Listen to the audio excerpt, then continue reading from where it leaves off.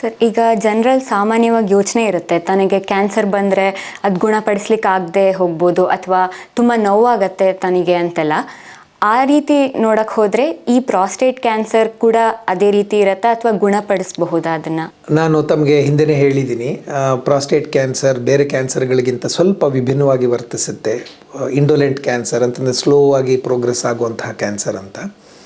ಹಾಗಾಗಿ ಇದರಲ್ಲಿ ಒಂದು ಮೇಯ್ನ್ ಅಡ್ವಾಂಟೇಜ್ ಏನು ಅಂತಂದರೆ ಪ್ರಾಸ್ಟೇಟ್ ಕ್ಯಾನ್ಸರ್ನಲ್ಲಿ ಹಂತ ಹಂತವಾಗಿ ನಾವು ಕಂಪೇರ್ ಮಾಡಬೇಕು ಅಂತಂತಂದರೆ ಈ ಪ್ರಾಸ್ಟೇಟ್ ಕ್ಯಾನ್ಸರ್ನ ಗುಣ ಮಾಡುವಂತಹ ಸಾಧ್ಯತೆಗಳು ಸ್ಟೇಜ್ ಟು ಸ್ಟೇಜ್ ಬೇರೆ ಕ್ಯಾನ್ಸರ್ಗಳಿಗಿಂತ ಹೆಚ್ಚಿನ ಪ್ರಮಾಣದಲ್ಲಿ ನಾವು ನೋಡ್ತೀವಿ. ಒಂದು. ಎರಡನೇದು, ಗುಣ ಆಯಿತು ಅಂತಂತಂದರೆ ಮತ್ತೆ ಅವರಿಗೆ ಅದರಿಂದಾಗಿ ತುಂಬ ಹೆಚ್ಚು ಕಷ್ಟಗಳು ತೊಂದರೆಗಳು ಇರೋದಿಲ್ಲ. ಮೂರನೇದಾಗಿ ಏನು ಅಂತಂತಂದರೆ ಅಡ್ವಾನ್ಸ್ ಸ್ಟೇಜಸ್ನಲ್ಲಿ ಕೆಲವೊಮ್ಮೆ ನಾವು ಪ್ರಾಸ್ಟೇಟ್ ಕ್ಯಾನ್ಸರ್ನ ಕಂಡುಹಿಡಿತೀವಿ. ಯಾವಾಗ ಈ ಕ್ಯಾನ್ಸರ್ಗಳನ್ನು ನಾವು ಗುಣ ಮಾಡೋದಕ್ಕೆ ಆಗೋದಿಲ್ಲ, ಅಂದರೆ ಗುಣಪಡಿಸೋದಕ್ಕೆ ಆಗೋದಿಲ್ಲ, ಆ ರೀತಿಯಾದಂತಹ ಹಂತಗಳಲ್ಲಿ ಕೂಡ ಈ ಪ್ರಾಸ್ಟೇಟ್ ಕ್ಯಾನ್ಸರ್ ಮೈಲ್ಡ್ ಆಗಿದ್ದು ವಿತ್ ಸಿಂಪಲ್ ಟ್ರೀಟ್ಮೆಂಟ್ಸ್, ಸಾಮಾನ್ಯವಾಗಿ ಸಣ್ಣ ಪುಟ್ಟ ಚಿಕಿತ್ಸೆಗಳನ್ನು ಮಾಡಿಸ್ಕೊಳ್ತಾನೆ ಸಾಕಷ್ಟು ರೋಗಿಗಳು ನೆಮ್ಮದಿಯಾಗಿರ್ತಾರೆ ಆ್ಯಂಡ್ ದೀರ್ಘಕಾಲ ಬದುಕ್ತಾರೆ. ಬೇರೆ ಇವಾಗ ಲಾಸ್ಟ್ ಸ್ಟೇಜ್ನಲ್ಲಿದ್ದಾರೆ, ಈ ಒಂದು ಪೇಷಂಟು ಇವರಿಗೆ ಕ್ಯಾನ್ಸರ್ ಕಂಡು ಬಂದಿದೆ, ಲಾಸ್ಟ್ ಸ್ಟೇಜ್ನಲ್ಲಿ ಇದೆಯಂತೆ ಅಂದ ಕೂಡಲೇ ಮತ್ತೆ ಇನ್ನು ಹೆಚ್ಚಿನ ದಿನ ಉಳಿದಿಲ್ಲ ಅನ್ನುವಂಥ ಒಂದು ಸಾಮಾನ್ಯ ಅಭಿಪ್ರಾಯ ಇರುತ್ತೆ. ಆದರೆ ಪ್ರಾಸ್ಟೇಟ್ ಕ್ಯಾನ್ಸರ್ ಅದಕ್ಕೆ ವಿಭಿನ್ನವಾಗಿ ನಡ್ಕೊಳ್ಳುತ್ತೆ. ಹಲವಾರು ವ್ಯಕ್ತಿಗಳು ಲಾಸ್ಟ್ ಸ್ಟೇಜ್ನಲ್ಲಿ ಕೂಡ ಸರಿಯಾದ ಪ್ರಮಾಣದಲ್ಲಿ ನಿಯಮಿತವಾಗಿ ಬಂದು ವೈದ್ಯರ ಹತ್ರ ಸಲಹೆ ತೆಗೆದುಕೊಂಡು ಚಿಕಿತ್ಸೆ ಮಾಡಿಸ್ಕೊಳ್ತಾ ಇತ್ತು ಅಂತಂದರೆ ಸಾಕಷ್ಟು ವರ್ಷಗಳ ಕಾಲ ನೆಮ್ಮದಿಯಾಗಿ ಬದುಕ್ತಾರೆ. ಹಾಗಾಗಿ ಪ್ರಾಸ್ಟೇಟ್ ಕ್ಯಾನ್ಸರ್ ಇದೆ ಅಂತ ಹೆದರ್ಕೊಳ್ಳೋ ಅವಶ್ಯಕತೆ ಇಲ್ಲ. ಚಿಕಿತ್ಸೆ ಚೆನ್ನಾಗಿದೆ, ಗುಣಪಡಿಸೋದಕ್ಕೆ ಆಗೋದಿಲ್ಲ ಅನ್ನುವಂತಹ ಪರಿಸ್ಥಿತಿಯಲ್ಲಿ ಕೂಡ ಈ ಕಾಯಿಲೆಯನ್ನು ದೀರ್ಘಕಾಲ ಕಂಟ್ರೋಲ್ನಲ್ಲಿ ಇಟ್ಕೊಳ್ಬಹುದು. ಸರ್, ನೀವು ಹೇಳಿದ್ರಿ ಚಿಕಿತ್ಸೆ ಕೊಡಬಹುದು ಈ ಪ್ರಾಸ್ಟೇಟ್ ಕ್ಯಾನ್ಸರ್ ಬಂದಾಗ ಅಂತ. ಈ ಚಿಕಿತ್ಸೆ ನೀವು ಕೊಡುವಂತಹ ವಿಧಾನ ಹೇಗಿರುತ್ತೆ ಸರ್? ಯಾವುದೇ ಒಂದು ಕ್ಯಾನ್ಸರ್ಗೆ ನಾವು ಸ್ಟೇಜಸ್ ಅಂತ ಏನು ಕರಿತೀವೋ, ಈ ಕ್ಯಾನ್ಸರ್ನಲ್ಲಿ ಕೂಡ ನಾವು 4 ಸ್ಟೇಜಸ್ ಅಥವಾ 4 ಹಂತಗಳಲ್ಲಿ ಈ ಕಾಯಿಲೆಯನ್ನು ನಾವು ವಿಂಗಡಣೆ ಮಾಡ್ಕೊಳ್ತೀವಿ. ಸ್ಟೇಜಸ್ 1, 2, 3 ಆ್ಯಂಡ್ 4 ಅಂತ. ಸಾಮಾನ್ಯವಾಗಿ ಫಸ್ಟ್ ಆ್ಯಂಡ್ ಸೆಕೆಂಡ್ ಸ್ಟೇಜ್ನ ಅರ್ಲಿ ಪ್ರಾಸ್ಟೇಟ್ ಕ್ಯಾನ್ಸರ್ ಅಥವಾ ಲೋಕಲೈಸ್ಡ್ ಪ್ರಾಸ್ಟೇಟ್ ಕ್ಯಾನ್ಸರ್ ಅಂತ ಕರಿತೀವಿ. ಸ್ಟೇಜ್ 3 ಅಥವಾ 3ನೇ ಹಂತದಲ್ಲಿ ಅದು ಕಂಡು ಬಂದರೆ ಅಷ್ಟೊತ್ತಿಗೆ ಪ್ರಾಸ್ಟೇಟ್ನಿಂದ ಅದು ಸುತ್ತಮುತ್ತ ಪಕ್ಕದಲ್ಲಿರುವಂತಹ ಲಿಂಫ್ ನೋಡ್ಸ್ಗಾಗಲಿ, ಸೆಮೈನಲ್ ವೆಸೈಕಲ್ಸ್ಗಾಗಲಿ, ಬ್ಲ್ಯಾಡರ್ ನೆಕ್ಗಾಗಲಿ ಈ ರೀತಿಯಾದಂತಹ ಸುತ್ತಮುತ್ತಲಿನ ಆರ್ಗನ್ಸ್ಗೆ ಅದು ಹರಡ್ಕೊಂಡಿರುತ್ತೆ. ಇದನ್ನು ನಾವು ಲೋಕಲಿ ಅಡ್ವಾನ್ಸ್ಡ್ ಪ್ರಾಸ್ಟೇಟ್ ಕ್ಯಾನ್ಸರ್ ಅಂತ ಕರಿತೀವಿ. 4ನೇ ಹಂತದಲ್ಲಿ ಸಾಮಾನ್ಯವಾಗಿ ಪ್ರಾಸ್ಟೇಟ್ ಕ್ಯಾನ್ಸರ್ ಪ್ರಾಸ್ಟೇಟ್ನಿಂದ ಹೊರಗೆ ಬಂದು ಈ ಲೋಕಲೈಸ್ಡ್ ಲಿಂಫ್ ನೋಡ್ಸು, ಬ್ಲ್ಯಾಡರು ಇಲ್ಲಿಗೂ ಹರಡಿ, ಅದಲ್ಲದೆ ಲಿಂಫ್ಯಾಟಿಕ್ಸ್ ಮೂಲಕ ಅಥವಾ ರಕ್ತನಾಳಗಳ ಮೂಲಕ ಬೇರೆ ಬೇರೆ ಆರ್ಗನ್ಸ್ಗೆ ಹರಡಿರುತ್ತೆ. ಸಾಮಾನ್ಯವಾಗಿ ಪ್ರಾಸ್ಟೇಟ್ ಕ್ಯಾನ್ಸರು ಬೆನ್ನೆಲುಬುಗಳು, ಸ್ಪೈನ್ ಅಂತ ನಾವೇನು ಕರಿತೀವಲ್ಲ, ಅಲ್ಲಿಗೆ ಹರಡುವಂಥ ಒಂದು ಪ್ರಕ್ರಿಯೆ ಇರುತ್ತೆ. ಇಲ್ಲ ಬೇರೆ ಬೇರೆ ಮೂಳೆಗಳಿಗೆ ಅದು ಹರಡಬಹುದು. ತುಂಬ ಅಪರೂಪಕ್ಕೆ ಅದು ಲಿವರ್ಗಾಗಲಿ ಅಥವಾ ಲಂಗ್ಸ್ಗಾಗಲಿ ಕೂಡ ಅದು ಹರಡುವಂಥ ಒಂದು ಪ್ರಕ್ರಿಯೆ ಇರುತ್ತೆ. ಈಗ ಚಿಕಿತ್ಸೆ ಹೇಗೆ ಅಂತ, ಇವಾಗ ನಾವು ಸ್ಟೇಜಸ್ ತಿಳ್ಕೊಂಡ್ವಿ, ಇದಕ್ಕೆ ಚಿಕಿತ್ಸೆ ಹೇಗೆ ಅಂತ. ಪ್ರಾರಂಭಿಕ ಹಂತದಲ್ಲಿ ಫಸ್ಟ್ ಸ್ಟೇಜ್ನಲ್ಲಿ ನಾವು ಪ್ರಾಸ್ಟೇಟ್ ಕ್ಯಾನ್ಸರ್ನ ಕೆಲವೊಮ್ಮೆ ಪತ್ತೆ ಹಚ್ಚಿದಾಗ ನಾವು ತಕ್ಷಣ ಅವರಿಗೆ ಟ್ರೀಟ್ಮೆಂಟು ಕೊಡೋದಿಲ್ಲ.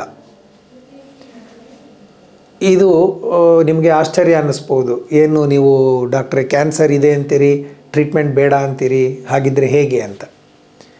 ನಾನು ಹಿಂದೆ ಹೇಳಿದ ಹಾಗೆ ಇದು ಸ್ಲೋ ಗ್ರೋಯಿಂಗ್ ಕ್ಯಾನ್ಸರ್.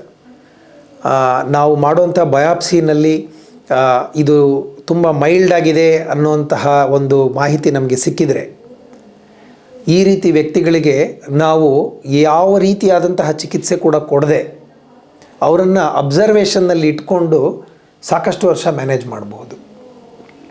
ಇದನ್ನು ನಾವು ಆ್ಯಕ್ಟಿವ್ ಸರ್ವೇಲೆನ್ಸ್ ಅಂತ ಕರಿತೀವಿ.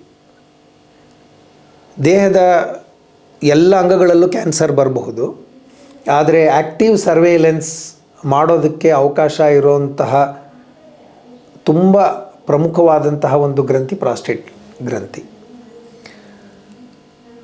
ಎಲ್ಲರಿಗೂ ಇದನ್ನು ಮಾಡೋದಕ್ಕಾಗೋದಿಲ್ಲ, ಆದರೆ ನಾವು ಅದನ್ನು ಬೇಕಾದಂತಹ ಪರೀಕ್ಷೆಗಳನ್ನೆಲ್ಲ ಮಾಡಿಕೊಂಡು ಈ ವ್ಯಕ್ತಿಗೆ ಇರುವಂತಹ ಪ್ರಾಸ್ಟೇಟ್ ಕ್ಯಾನ್ಸರ್ ತುಂಬ ಮೈಲ್ಡ್ ಆಗಿದೆ ಅನ್ನೋದನ್ನು ನಾವು ನಿಖರವಾಗಿ ತಿಳ್ಕೊಂಡ್ರೆ ಅಂತಹ ವ್ಯಕ್ತಿಗಳಿಗೆ ಆ್ಯಕ್ಟಿವ್ ಸರ್ವೇಲೆನ್ಸ್ ಮಾಡಬಹುದು. 15 ವರ್ಷಗಳ ನಂತರ ಕೂಡ ನಾವು ನಮ್ಮ ಸ್ಟಡೀಸ್ ಅಧ್ಯಯನದಲ್ಲಿ ಏನು ತಿಳ್ಕೊಂಡಿದ್ದೀವಿ ಅಂತಂದರೆ, ನಾವು ಚಿಕಿತ್ಸೆ ಕೊಟ್ಟಾಗ ಪ್ರಾಸ್ಟೇಟ್ ಕ್ಯಾನ್ಸರ್ ವ್ಯಕ್ತಿ ಯಾವ ಮಟ್ಟಕ್ಕೆ ಲೈಫ್ ಎಕ್ಸ್ಪೆಕ್ಟೆನ್ಸಿ ಇರ್ತಿತ್ತೋ ಆ್ಯಕ್ಟಿವ್ ಸರ್ವೇಲೆನ್ಸ್ ಮಾಡೋದ್ರಿಂದ ಕೂಡ ಅಷ್ಟೇ ಪ್ರಮಾಣದಲ್ಲಿ ಲೈಫ್ ಎಕ್ಸ್ಪೆಕ್ಟೆನ್ಸಿ ಇರುತ್ತೆ. ಅಂದರೆ ಏನರ್ಥ, ಈ ಕ್ಯಾನ್ಸರ್ನಿಂದಾಗಿ ಆ ವ್ಯಕ್ತಿಗೆ ಜೀವಕ್ಕೆ ಆಗಲಿ ಅಥವಾ ಜೀವನ ಶೈಲಿಗೆ ಆಗಲಿ ಯಾವುದೇ ರೀತಿಯಾದಂತಹ ತೊಂದರೆ ಆಗಿಲ್ಲ ಅನ್ನುವಂಥದ್ದು. ಅದು ನಮಗೆ ಇವಾಗ ಅಧ್ಯಯನಗಳ ಮೂಲಕ ತಿಳಿದು ಬಂದಿದೆ. ಹಾಗಾಗಿ ಕೆಲವೊಮ್ಮೆ ತುಂಬ ಪ್ರಾರಂಭಿಕ ಹಂತದಲ್ಲಿದ್ದಾಗ ಪ್ರಾಸ್ಟೇಟ್ ಕ್ಯಾನ್ಸರ್ ಪೇಷಂಟ್ಸ್ಗೆ ನಾವು ಯಾವುದೇ ಚಿಕಿತ್ಸೆಯನ್ನು ಕೊಡೋದಿಲ್ಲ. ಚಿಕಿತ್ಸೆ ಬೇಡ ಅಂದ ಕೂಡಲೇ ಮನೆಗೆ ಹೋಗಿ ಮನೇಲಿರ್ಬೋದು ಅಂತಲ್ಲ, ನಿಯಮಿತವಾಗಿ ವೈದ್ಯರು ಹೇಳಿದಾಗ ಬಂದು ಆಸ್ಪತ್ರೆಗೆ ಬಂದು ಬೇಕಾದಂತಹ ಪರೀಕ್ಷೆಗಳನ್ನು ಮಾಡಿಸ್ಕೊಂಡು ವೈದ್ಯರ ಹತ್ರ ಸಲಹೆ ತೆಗೆದುಕೊಂಡು ಹೋಗಬೇಕು. ಈ ಒಂದು ರೆಗ್ಯುಲರ್ ಫಾಲೋ ಅಪ್ ಏನಿದೆ ಅದು ತುಂಬ ಇಂಪಾರ್ಟೆಂಟು. ಯಾವ ವ್ಯಕ್ತಿಗಳು ಫಾಲೋ ಅಪ್ಪನ್ನು ಸರಿಯಾಗಿ ವೈದ್ಯರು ಹೇಳಿದ ಹಾಗೆ ಮಾಡ್ತಾರೋ ಅಂಥವರಿಗೆ ನಾವು ಈ ಆ್ಯಕ್ಟಿವ್ ಸರ್ವೇಲೆನ್ಸನ್ನು ಪ್ರಯೋಗ ಮಾಡ್ಬೋದು. ಆ್ಯಕ್ಟಿವ್ ಸರ್ವೇಲೆನ್ಸ್ ಮಾಡೋದಕ್ಕಾಗೋದಿಲ್ಲ ಅಥವಾ ಪೇಷಂಟಿಗೆ ಕಾಯಿಲೆಯನ್ನು ಇಟ್ಕೊಂಡು ಜೀವನ ಮಾಡೋದಕ್ಕೆ ಕಷ್ಟ ಆಗ್ತಾಯಿದೆ, ಮಾನಸಿಕವಾಗಿ ಕಷ್ಟ ಆಗ್ತಾಯಿದೆ, ಆತಂಕ ಇದೆ ಅನ್ನೋದಾದರೆ, ಅಥವಾ ಕಾಯಿಲೆ ಇನ್ನೊಂದು ಸ್ವಲ್ಪ ಅಡ್ವಾನ್ಸ್ಡ್ ಸ್ಟೇಜಿಗೆ ಬಂದಿದೆ ಅನ್ನೋದಾದರೆ ಅಂತಹ ಪರಿಸ್ಥಿತಿಯಲ್ಲಿ ಚಿಕಿತ್ಸೆ ಮಾಡಲೇಬೇಕಾಗತ್ತೆ.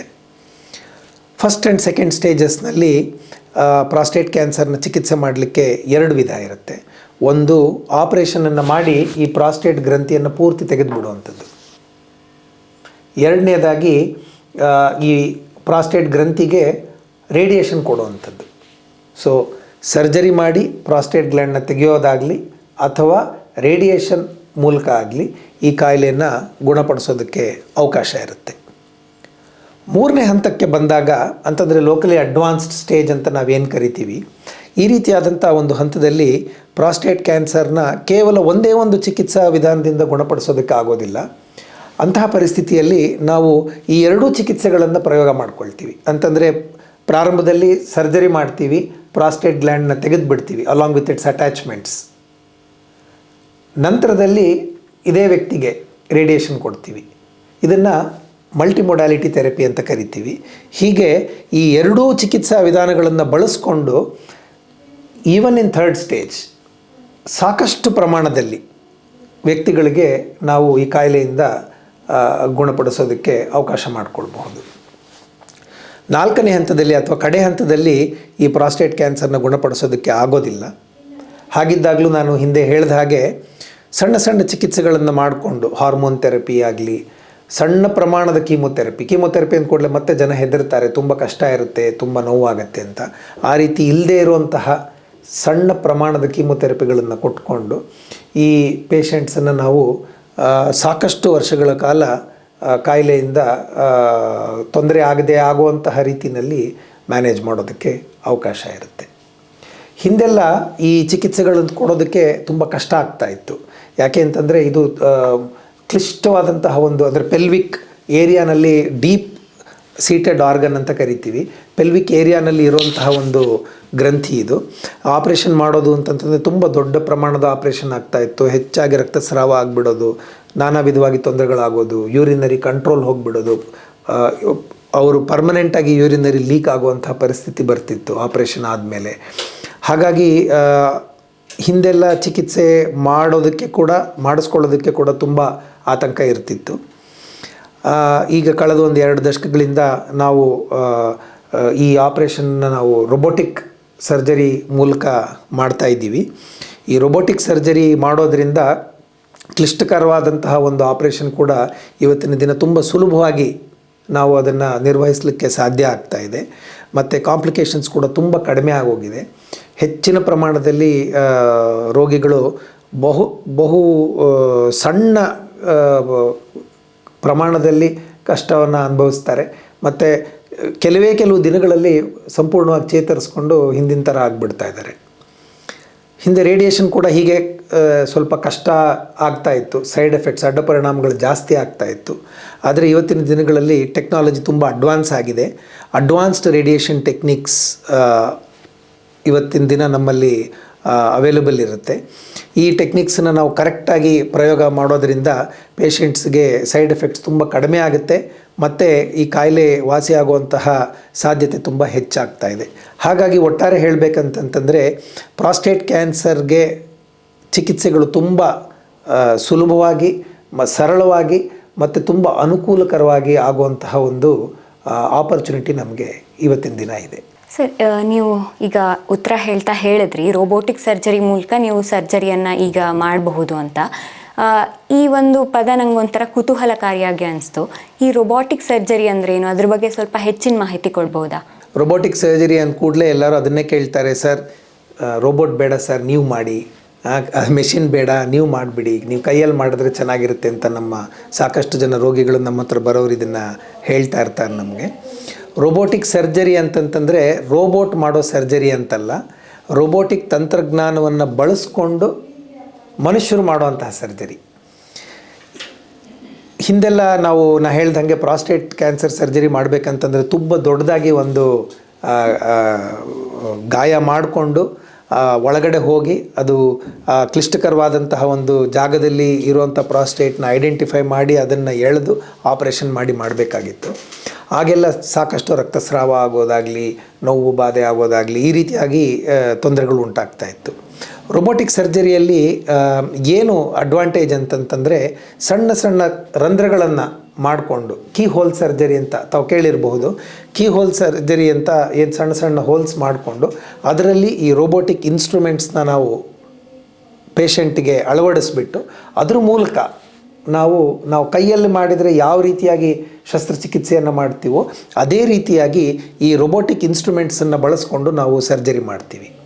ಇದರಲ್ಲಿ ಅಡ್ವಾಂಟೇಜಸ್ ಏನು ಅಂತಂತಂದರೆ ಮ್ಯಾಗ್ನಿಫಿಕೇಷನ್ ಇರುತ್ತೆ, 15 ಪಟ್ಟು ದೊಡ್ಡದಾಗಿ ಕಾಣಿಸ್ತಾ ಇರುತ್ತೆ ನಮಗೆ ಆರ್ಗನ್ನು, 3D ವಿಷನ್ ಇರುತ್ತೆ, ಮತ್ತು ಸಣ್ಣ ಸಣ್ಣ ರಕ್ತನಾಳಗಳು ಕೂಡ ನಮಗೆ, ಅಥವಾ ಸಣ್ಣ ನರಗಳಾಗಿರ್ಬೋದು, ರಕ್ತನಾಳಗಳಾಗಿರಬಹುದು, ಅಥವಾ ಕ್ಯಾನ್ಸರ್ ಸೆಲ್ಸ್ ಆಗಿರ್ಬೋದು, ಇವೆಲ್ಲವೂ ನಮಗೆ 15 ಪಟ್ಟು ಹೆಚ್ಚಿನ ಪ್ರಮಾಣದಲ್ಲಿ ಕಾಣಿಸ್ತಾ ಇರುತ್ತೆ. ಹಾಗಾಗಿ ಕಂಟ್ರೋಲ್ ಆನ್ ಸರ್ಜರಿ ತುಂಬ ಚೆನ್ನಾಗಿರುತ್ತೆ. ಮತ್ತು ಇದರಿಂದಾಗಿ ಬ್ಲೀಡಿಂಗು ಕಡಿಮೆ ಆಗುತ್ತೆ. ಮತ್ತು ನಾನು ಹಿಂದೆ ಹೇಳ್ದಂಗೆ ಯೂರಿನರಿ ಇನ್ಕಾಂಟಿನೆನ್ಸ್ ಅಥವಾ ಯೂರಿನರಿ ಲೀಕ್ ಅಂತ ಏನು ಹೇಳಿದ್ದೆ ಅಲ್ಲ, ಅದರ ಪ್ರಮಾಣ ಕೂಡ ತುಂಬ ಕಡಿಮೆ ಆಗೋಗುತ್ತೆ. ಹೆಚ್ಚಿನದಾಗಿ ಪೇಷಂಟ್ಸ್ ಈ ಥರ ಆಪರೇಷನ್ ಆದಮೇಲೆ ಕೆಲವು ದಿನಗಳಲ್ಲಿ ಸಂಪೂರ್ಣವಾಗಿ ನಾರ್ಮಲ್ ಆಗಿಬಿಡ್ತಾರೆ. ಇದು ಈ ರೋಬೋಟಿಕ್ ಸರ್ಜರಿಯ ಅಡ್ವಾಂಟೇಜಸ್. ಸರ್, ಸಾಮಾನ್ಯವಾಗಿ ಇತರೆ ಕ್ಯಾನ್ಸರ್ಗಳು ಅಥವಾ ಇದೇ ಪ್ರಾಸ್ಟೇಟ್ ಕ್ಯಾನ್ಸರ್ ಆಗಿರಬಹುದು, ಒಂದು ಸಲ ಅದನ್ನು ಗುಣವಾದ ಮೇಲೆ ಅದು ಮರುಕಳಿಸುವಂತಹ ಸಾಧ್ಯತೆಗಳಿರುತ್ತಾ? ಆ ರೀತಿ ನಾವು ಅದನ್ನ ಮರುಕಳಿಸದಂತೆ ನೋಡ್ಕೊಳ್ಬೇಕಾದಲ್ಲಿ ನಮ್ಮ ಜೀವನ ಶೈಲಿಯಲ್ಲಿ ಹೇಗೆ ನಾವು ಬದಲಾವಣೆಗಳನ್ನು ತಂದುಕೊಳ್ಬೇಕು? ಇಂಪಾರ್ಟೆಂಟ್ ಕ್ವೆಶ್ಚನ್ ಅಂತ ನಾನು ಭಾವಿಸ್ತೀನಿ. ಯಾವುದೇ ಒಂದು ಕ್ಯಾನ್ಸರ್ನ ನಾವು ಟ್ರೀಟ್ ಮಾಡಿದಾಗ ಅಂತಂದರೆ ಅದಕ್ಕೆ ಚಿಕಿತ್ಸೆ ಕೊಟ್ಟಾಗ ಅದು ಗುಣ ಆಯಿತು ಅಂತ ನಾವು ಹೇಳಿದರೂ ಸಹಿತ ಒಂದು ಸಣ್ಣ ಪ್ರಮಾಣದಲ್ಲಿ ಈ ಕ್ಯಾನ್ಸರ್ ಮತ್ತೆ ಮರುಕಳಿಸೋದಕ್ಕೆ ಒಂದು ಸಾಧ್ಯತೆ ಇದ್ದೇ ಇರುತ್ತೆ. ಹಾಗಾಗಿ ಈ ಕ್ಯಾನ್ಸರ್ ಅಂತಲೇ ಅಲ್ಲ, ಪ್ರಾಸ್ಟೇಟ್ ಕ್ಯಾನ್ಸರ್ ಅಂತಲೇ ಅಲ್ಲ, ಯಾವುದೇ ಒಂದು ಕ್ಯಾನ್ಸರ್ ಆಗಿರಬಹುದು, ಸಕ್ಸಸ್ಫುಲ್ ಟ್ರೀಟ್ಮೆಂಟ್ ಆದಮೇಲೆ ಒಬ್ಬ ಪೇಷಂಟು ಜವಾಬ್ದಾರಿಯುತವಾಗಿ ತನ್ನ ವೈದ್ಯರು ಯಾವ ರೀತಿಯಾದಂತಹ ಒಂದು ಫಾಲೋ ಅಪ್ನ ಹೇಳಿರ್ತಾರೋ ಆ ಫಾಲೋ ಅಪ್ನ ಮಾಡೋದು ತುಂಬ ಅವಶ್ಯಕ. ಚಿಕಿತ್ಸೆ ಆದಮೇಲೆ ಸರಿಯಾದ ಪ್ರಮಾಣದಲ್ಲಿ ಫಾಲೋ ಅಪ್ ಮಾಡ್ತಾ ಬಂದರೆ ಆಗುವಂತಹ ಅಡ್ವಾಂಟೇಜ್ ಏನು ಅಂತಂತಂದರೆ, ಒಂದು ವೇಳೆ ಏನಾದರೂ ಈ ಕ್ಯಾನ್ಸರ್ ಮತ್ತೆ ಮರುಕಳಿಸ್ತಾ ಇದೆ ಅಂತಂತಂದರೆ ಅದನ್ನು ಪ್ರಾರಂಭಿಕ ಹಂತದಲ್ಲೇ ಕಂಡುಕೊಂಡ್ರೆ ಅದಕ್ಕೆ ಮತ್ತೆ ಚಿಕಿತ್ಸೆ ನೀಡಿ ಅದನ್ನು ಮತ್ತೆ ಗುಣಪಡಿಸೋದಕ್ಕೆ ಪ್ರಯತ್ನ ಮಾಡಬಹುದು. ಕ್ಯಾನ್ಸರ್ ಬಂದಿದ್ದು ನಾವು ಅದನ್ನು ಗಮನಿಸದೆ ಹೋದರೆ ಅದು ಮತ್ತೆ ಬೆಳೆದು ಅದು ದೊಡ್ಡದಾಗಿಬಿಟ್ರೆ ಆಗ ಗುಣಪಡಿಸೋದಕ್ಕೆ ಆಗದೇ ಇರಬಹುದು. ಹಾಗಾಗಿ ಪ್ರಾರಂಭಿಕವಾಗಿ ನಾವು ಏನು ಚಿಕಿತ್ಸೆಯನ್ನು ಮಾಡಿಸ್ಕೊಳ್ತೀವೋ ಅದೊಂದೇ ಇಂಪಾರ್ಟೆಂಟ್ ಆಗೋದಿಲ್ಲ, ಫಾಲೋ ಅಪ್ ಕೂಡ ಅಷ್ಟೇ ಇಂಪಾರ್ಟೆಂಟ್ ಆಗುತ್ತೆ. ಪ್ರಾಸ್ಟೇಟ್ ಕ್ಯಾನ್ಸರ್ನಲ್ಲಿ ಕಾಯಿಲೆ ಗುಣ ಆದಮೇಲೆ ಮತ್ತೆ ವಾಪಸ್ ಬರುವಂಥ ಸಾಧ್ಯತೆಗಳು ಕಡಿಮೆನೇ. ಆದರೂ ಸಹಿತ ನಾವು ಎಲ್ಲ ಪೇಷಂಟ್ಸ್ಗೂ ಕಂಪಲ್ಸರಿ ಫಾಲೋ ಅಪ್ಪನ್ನು ಹೇಳ್ತಾನೆ ಇರ್ತೀವಿ. ಸ್ಟಾರ್ಟಿಂಗಾಗಿ ಅಂದರೆ ಚಿಕಿತ್ಸೆ ಮುಖ್ಯವಾಗಿ ಮಾಡುವಂಥ ಚಿಕಿತ್ಸೆ ಮುಗಿದ ಮೇಲೆ ಸರ್ಜರಿ ಆಗಿರಬಹುದು ಅಥವಾ ರೇಡಿಯೋಥೆರಪಿ ಆಗಿರಬಹುದು, ಇದೆಲ್ಲ ಮಾಡಿದ ತಕ್ಷಣದಲ್ಲಿ ಮೇಲೆ ಅಂತಂದರೆ 3 ತಿಂಗಳಿಗೊಮ್ಮೆ 4 ತಿಂಗಳಿಗೊಮ್ಮೆ ಕರಿತಾ ಇರ್ತೀವಿ. ಕಾಲಕ್ರಮೇಣವಾಗಿ ಇದು ಕಾಯಿಲೆ ಕಂಟ್ರೋಲ್ನಲ್ಲಿದೆ, ಮತ್ತೆ ಮರುಕಳಿಸಿಲ್ಲ ಅನ್ನುವಂಥ ಒಂದು ನಂಬಿಕೆ ನಮಗೆ ಬಂದ ಮೇಲೆ, ಅಂದರೆ ಒಂದು 2-3 ವರ್ಷಗಳ ನಂತರ 6 ತಿಂಗಳಿಗೊಮ್ಮೆ 8 ತಿಂಗಳಿಗೊಮ್ಮೆ ಕರಿತೀವಿ. ಒಂದು 4-5 ವರ್ಷ ಆದಮೇಲೆ ವರ್ಷಕ್ಕೊಮ್ಮೆ ಕರಿತೀವಿ. ಇದು ತುಂಬ ಏನು ಕಷ್ಟವಾಗಿರುವಂತಹ ಒಂದು ಫಾಲೋ ಅಪ್ ಏನಲ್ಲ. ಸಾಮಾನ್ಯವಾಗಿ ಬರುವಂಥ ವೈದ್ಯರ ಹತ್ರ ಬಂದು ಅವ್ರು ಹೇಗಿದ್ದಾರೆ ಅಂತ ತಿಳಿಸಿ, ಒಂದು ಸಣ್ಣ ರಕ್ತ ಪರೀಕ್ಷೆ PSA ಅಂತ ನಾವೇನು ಹೇಳಿದ್ವೋ ಹಿಂದೆ, ಆ ಒಂದು ಬ್ಲಡ್ ಟೆಸ್ಟನ್ನು ಮಾಡಿಸ್ಕೊಂಡು ಕಾಯಿಲೆ ಇದೆಯಾ ಇಲ್ವೋ ಅಂತ ತಿಳ್ಕೊಂಡು ಹೋಗೋದು. ಸೊ ಇದು ತುಂಬ ಕಷ್ಟವಾಗಿ ಏನಾದರೂ ಬಂದು ಮತ್ತೆ ಆಪ್ರೇಷನ್ ಮಾಡಿ ನೋಡೋದು, ಮತ್ತೆ ಹೊಟ್ಟೆ ಒಳಗಡೆ ನೋಡೋದು, CT ಸ್ಕ್ಯಾನ್ ಮಾಡೋದಾಗಲಿ, MRI ಮಾಡೋದಾಗಲಿ, ತುಂಬ ಖರ್ಚು ಮಾಡಿಸಿ ಮಾಡುವಂಥ ಟೆಸ್ಟಿಂಗ್ ಆಗಲಿ ಏನೂ ಇರೋದಿಲ್ಲ. ಸಿಂಪಲ್ಲಾಗಿ ಮಾಡುವಂಥ ಟೆಸ್ಟ್ ಇರುತ್ತೆ. ಹಾಗಾಗಿ ಪ್ರಥಮವಾಗಿ ಚಿಕಿತ್ಸೆ ಏನು ತೊಗೊಂಡಿರ್ತಾರೋ ಅಷ್ಟೇ ಹುರುಪಿನಿಂದ ಅಷ್ಟೇ ಹುಮ್ಮಸ್ಸಿನಿಂದ ಬಂದು ವೈದ್ಯರು ಹೇಳಿದ ಹಾಗೆ ಫಾಲೋ ಅಪ್ ಮಾಡಿಸ್ಕೊಳ್ಳೋದು ತುಂಬ ಅವಶ್ಯಕ. ಮತ್ತು ನೀವು ಜೀವನ ಶೈಲಿ ಬಗ್ಗೆ ಹೇಳಿದ್ರಿ. ಸೊ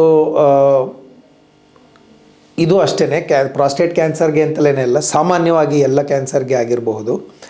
ಒಳ್ಳೆಯ ಆಹಾರ, ನಿಯಮಿತವಾಗಿ ತೆಗೆದುಕೊಳ್ಳುವಂಥದ್ದು, ನಿಯಮಿತವಾಗಿ ಮಾಡುವಂತಹ ವ್ಯಾಯಾಮ, ಇವುಗಳನ್ನು ನಾವು ಅಳವಡಿಸ್ಕೊಳ್ಳೋದ್ರಿಂದ, ಮತ್ತು ಒಳ್ಳೆಯ ಒಂದು ಆಲೋಚನೆಗಳು, ಇವುಗಳನ್ನೆಲ್ಲ ನಾವು ಅಳವಡಿಸ್ಕೊಳ್ಳೋದ್ರಿಂದ ಈ ಕಾಯಿಲೆ ಮತ್ತೆ ಬರದೇ ಇರೋ ಥರ ನಾವು ತಡೆಗಟ್ಟೋದಕ್ಕೆ ಒಳ್ಳೆಯ ಅವಕಾಶ ಇರುತ್ತೆ. ಮತ್ತು ಯಾರೆಲ್ಲ ಈ ತಂಬಾಕು ಸೇವನೆ ಆಗಿರಬಹುದು, ಮದ್ಯಪಾನ ಸೇವನೆ ಆಗಿರ್ಬೋದು, ಅಥವಾ ಅತಿ ಹೆಚ್ಚು ಮಾಂಸಾಹಾರ ಮಾಡೋದಾಗಿರ್ಬೋದು, ಎಸ್ಪೆಷಲಿ ರೆಡ್ ಮೀಟ್ ಅಂತ ನಾವೇನು ಕರಿತೀವಲ್ಲ, ಇಂಥ ಆಹಾರ ಸೇವನೆಗಳು ಮಾಡ್ತಾ ಇರೋವಂಥವ್ರು ಅದನ್ನೆಲ್ಲ ಬಿಟ್ಟು ನಿಯಮಿತವಾಗಿ ಒಳ್ಳೆಯ ಆಹಾರವನ್ನು ತೆಗೆದುಕೊಳ್ತಾ ಬಂತು ಅಂತಂದರೆ ಆಗ ಈ ಕಾಯಿಲೆಯನ್ನು ಮತ್ತೆ ಬರೋ ಅಂತಹ ಒಂದು ಪ್ರಮಾಣ ಏನಿದೆ ಅದನ್ನು ಕಡಿಮೆ ಮಾಡ್ತಾ ಬರಬಹುದು. ಎಲ್ಲ ವೀಕ್ಷಕರಿಗೂ ನನ್ನ ನಮಸ್ಕಾರ.